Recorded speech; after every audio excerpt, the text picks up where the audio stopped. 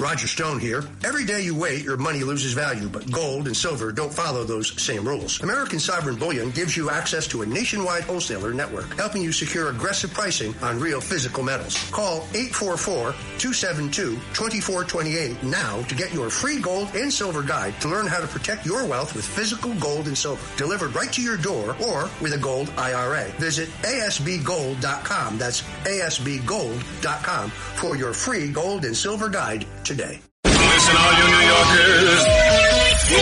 Taxi. Okay, we're looking around. This is the 77 WABC minicast. It's the Anthony Cumia Show with Jim Norton. Oh, sorry. Joining us. I'm putting up a post on that's old man thing. I was just putting it up on those Instagram stories to let people know that we're on. And I just put the volume on full blast as you come on. My stories. It does feel weird when you're not a kid and you're using the internet, and it's business at this point. Business. You're plugging stuff. I almost said you're promoting stuff, and but still, I consider myself pretty tech savvy, so I'm not. There's plenty of things for me to be embarrassed about, but not, thank you, but not, that I can't understand. Right. You're not a technological, just a blithering idiot with technology. I think I just skated beyond that, boomer thing. Yeah. I'm more Gen X, I think, than boomer when it comes to tech. Cause watching boomers struggle with their phone. I have a jitterbug phone in case my heart gives out. I press the big button and. Yeah, it's interpersonal relationships that you've totally hit the wall. That is where I'm completely devoid of any. Raymond from Setauket, New York. Raymond, how are you, sir? Yes, I'm fine. How are you, sir? Very good. Good. First time caller to your show. Whack, whack. But I got a couple of questions for Norton. Yes. Oh, Jimmy Norton. Yes, of course, sir. So the funniest thing I've ever heard you ever say is you got 2 free seats on the Challenger. I don't remember saying that. I don't remember that. I did not remember that I said that. This was a couple of months ago. A couple of months ago? The funniest damn thing I've ever heard about. Well, I could understand how that would be funny with a setup. Yeah, like you go blah blah blah blah blah. 2 free seats on the Challenger. Where did I say it, sir? Where did you hear me say that? Give us some context. Yeah. What were you doing? Who were you with? This is the older. And don't lie, because we'll know. Don't lie, or I'll know. Yes. What is your worst memory from childhood besides telling a story that goes nowhere on the radio? Well, what's my worst? Yeah, it was 1986. Yeah, I got you.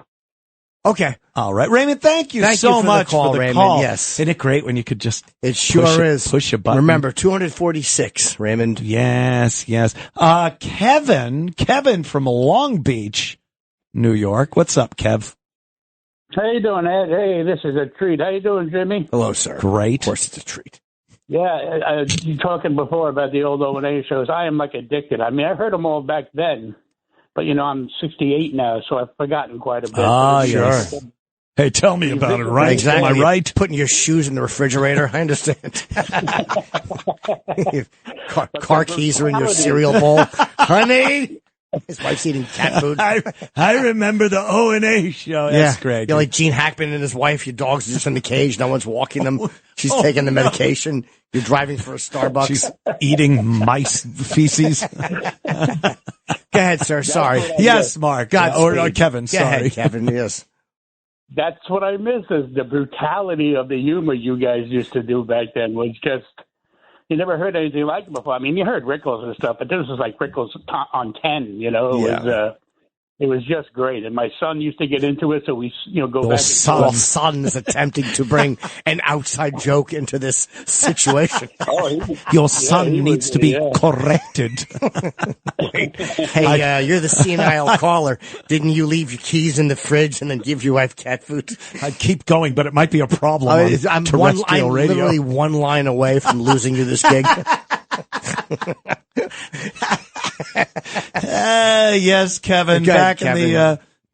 Were you a WNEW guy or a Sirius XM guy? Yeah. Yes. All of it. All right. Day one.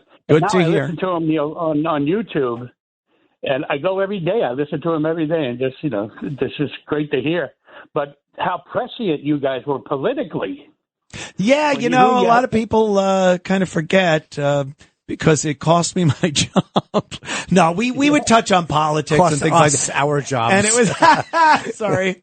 But it was all funny. Like, there are clips from when Obama got elected. And I remember that. And then people would think, oh, Anthony just bitching about Obama, which is true. Sure. I did. But it was done in a way that was a funny, shock jockey kind of show. It wasn't just bitching. The songs that Drew Boogie made, using some of the phone calls that we'd get and things like that, that differentiated us from a lot of the just political shows that were bitching about it. And people will say, like, well, why aren't you funny? Why don't you do... Just because you're talking politics doesn't mean you can't inject a little humor into it, Jim. I love to talk politics and make little jokes about, the Dems and the Repubs. Oh, forget it. I'll inject a little humor. You know what I say? Libtards. Oh, that's a good one. Oof. I say cuck. Is anyone still using libtard? I guess they are. They are online. You'll read somebody you like will put something on Instagram and they'll say libtard. You're like, oh, God, shut up. I replace lib with re. It's a lot more accurate. Anyway, thank you, Kevin. I do appreciate your call. Sure. There are a couple of things I wanted to get to. What did you want to get to? Well, a couple of things. I was talking about New York. I started this top of the show, but then, of course, tangent. Mother is calling for Mother's Day. Sorry. Oh, tell Mom I said. I can't answer it now, but I sent. My mother's dead. And her health won't allow it. I sent my mother a message before, and my dad just texted me and goes, hey, don't forget it's Mother's Day. I'm like, I left a message. Oh, okay. So now Mom is calling. Yeah, all right, all right. But I'll tell her I'm on the radio. Yeah. That's great. What's it like having a mom? Is that awesome? I mean, it makes you feel glad to be alive, and I can't imagine not having one. It's wonderful. It gives me a reason to wake up every day. Yeah, I'm like, meh, You're an orphan. Life goes on. You're a little orphan. I'm a little orphan child. Yeah, you are. You're like little orphan. It happens. Little orphan Anthony. I think a lot of people my age, and sometimes it's like, you don't want to see them at an age where they're just falling apart. I don't think, there's a plus and a minus to that. A lot of people's moms, they're healthy, vibrant people. And others, what are you going to, the next 5 years, you got to, and I think that's going to take up your memory of them and maybe negate all those wonderful times you had in your youth. Probably. But I mean, I figure at that point, it's just I'm making up and kind of. Just offer. Doing a small caliber weapon. Offer a vacation hey, you want to take a trip to a little pod in Sweden in the woods? You don't even have to go. I think Canada will do it, yeah. They'll do it. Well, this is wonderful. It's air conditioned. Oh, yes, this is so now nice. Now breathe deeply. Yeah, press that red button because there's no going back. You're looking through the will. She does it. That is an insane prospect that we've gotten to that point. Yeah. It's kind of this Soylent Green. Part of that movie, Soylent Green, was the fact that people were able to pick their own day of demise. And they put him somewhere nice and they showed him great movies and images of their youth. And then they killed him. And we thought that was science fiction. That was something that was never going to happen. And now in certain parts of the world, you could just be like, ow, my knee hurts. Kill me. I mean, I kind of like it. I support it. You do? Sure, because you want to kill yourself every day, though. I know. You just want it available. I would literally on my phone, instead of my dog, I'd have a picture of a pod going soon. No, but it's more like, hey, look, you can do it anyway. You can stab yourself. You can shoot yourself. It's a possibility in real life anyway. Yeah. So why not do it in a way that is out of everybody else's way, that is cleaner, that is more peaceful. There's no mess. Yeah, on the you don't sidewalk. want the mess. You don't have to pretend you're running to catch a Frontier Airlines flight. Oh, we have a severed finger allergy in the coach. So please, no severed fingers. Do you think it brings up like religious aspects or moral implications? Because it does seem like if you just kill yourself, there's a stigma on that, and there's religions that say now you can't do this, that. Is it accept? I wouldn't think even that other people pressing the button or putting you in a machine. I don't think the Catholic religion is hip on that one. No, none of them are. But I've seen a lot of these like real conservative guys going like, yeah, this is terrible to have, you should be and they're for the death penalty. So I guess like the state can decide to kill you because you're a bad boy. It's not like the woman with leukemia just offed 5 people in the subway. No, but she's probably driving slow, draining the inheritance. Those are penalties where death is the appropriate punishment. I can't disagree with I have my eye on Alexis, you old bag, and you got to go in for another drip into your stupid port. Yeah, I never got because liberals will say that, and they'll say, "Oh, you're against abortion, but you're for the death penalty." Yeah. It's like, how do you see that as a bad thing? Abortion is different. Abortion is like a kid. Like, I get that argument, but like if you're an adult and you want to kill yourself, you should just be able to. Like, I don't care if people do it. As a matter of fact, I've been leaving flyers around the house. Oh, jeez. That's right. You're married now. I am married. And I'll leave a flyer. I'll be like, oh, a nice train ride up. You kidding? Honeymoon's over. Oh, boy. I love it. It's, how are things going with you and the Mrs. They're good. Norton? I mean, like, it's being married is a challenge. But it is. It's just sharing your space and like, the things that everybody complains about. All the time. Yes, you and your wife, you're like, wait, there was a Viagra here. You know how it is. Yeah. Who took it? At least you don't have to argue about that toilet seat thing that couples always argue about. Get it? Oh, I tripped over that one, didn't I? I mean, it was a cute effort. That toilet seat thing. I'm not Ed Norton. But then you explained that couples will occasionally argue. Yes, the toilet paper going over or under. Well, that's a big controversy. Yeah, no, it's okay. I mean, I love her, but the idea of being married is like, I was miserable when I was single. Didn't you know you were getting into that, though? You couldn't have thought like, oh, marriage is going to be better than just living with someone or anything. Did you live with a girl for any length of time? No, she's the first one I ever lived with. Whoa. During the pandemic. Ooh, that's crazy. But that's like when someone gets lung cancer from smoking and you go, well, didn't you know? I like how you equate it to a terminal disease. Absolutely. And I'm putting this on I'm saying that would be a preference. But no, you know what I'm saying? It's like when you're doing something, you don't always realize the other, but it's not that bad. I mean, I'm happy to be married. I don't want to get divorced. I mean. No, but that's what keeps a lot of marriages together is I don't want to get divorced. Doesn't mean you're doing great. That's like a good I point. didn't want to get divorced either. I stayed married for 9 years in a marriage that I knew was done in 1 year. Yeah. 1 year after I got married, I'm like, this is an abomination against Jesus. I knew it was just terrible. But then getting the radio gig, that took up all of my energy and thought and creativity. And I was just like, this is just, I got a little bit of an albatross with me dealing with that. Background noise, Yeah. And then, 9 years later, I sacrificed $1 million and said, I'm out of this. Yeah. But I didn't really know what I was getting myself into. Maybe I did unconsciously. Well, I was a lot older when I got married, too. You were in your 20s, I was 30. Right? 30. I was 30. I was in my 50s. Oh, my goodness. Yeah. But, you love your wife. Yes, I do. That's what happens. And what is it about it? Is it the constant companionship? No, because I'm on the road and stuff. And it's not about the hookers that I really want to see but can't. It's not, no, guess who's in town and I can't go. No, It's not about that. It's really about when you're single, you're like, I don't know what's next. There's this really weird delusion you have that there's still light. You don't know where it's going to go. It's called hope. Yes, it that is just called goes hope. away, Jimmy. It does go away. It's like I know how miners feel when the hole closes and everything collapses. I'm like, oh yeah. I know how miners feel too, but the other way. No, it's the same way. The hole collapses and it's over, Johnny. Yeah. But that feeling of there's no light at the end of the tunnel because I've already, now I'm married, so I know who I'm going to be with. Even though she's the one, there's no one else I should be with.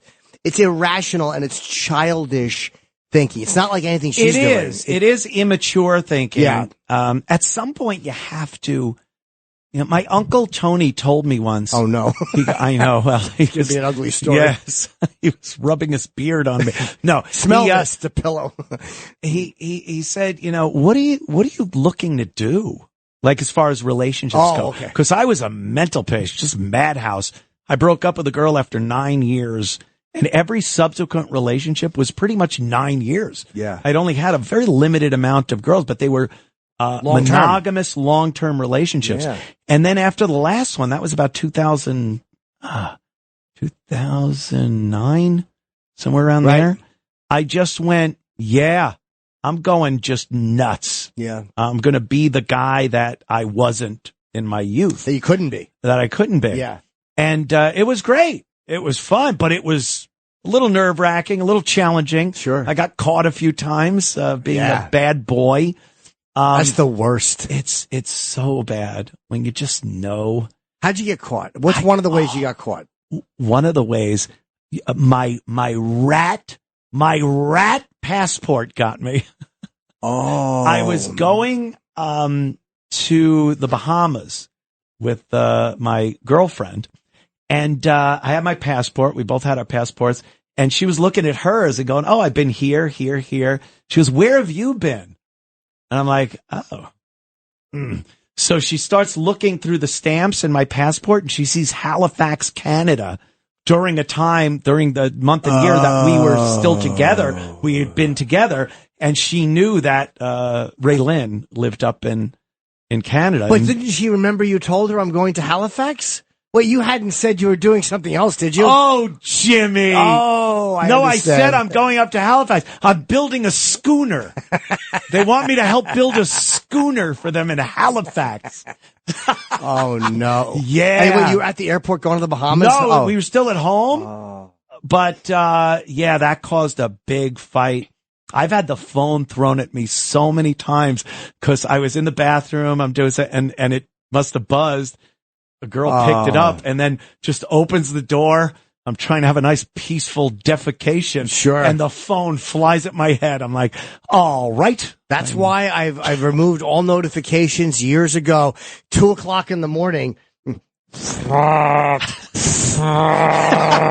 The vibrate on the wood nightstand. Oh. And her going, "Who is that?" I'm like, it's my friend in LA. He's cheating. Yeah. He's cheating. He's cheating. Yeah, absolutely. And I told you there was one hooker I used to see, and I had put. She's a hooker.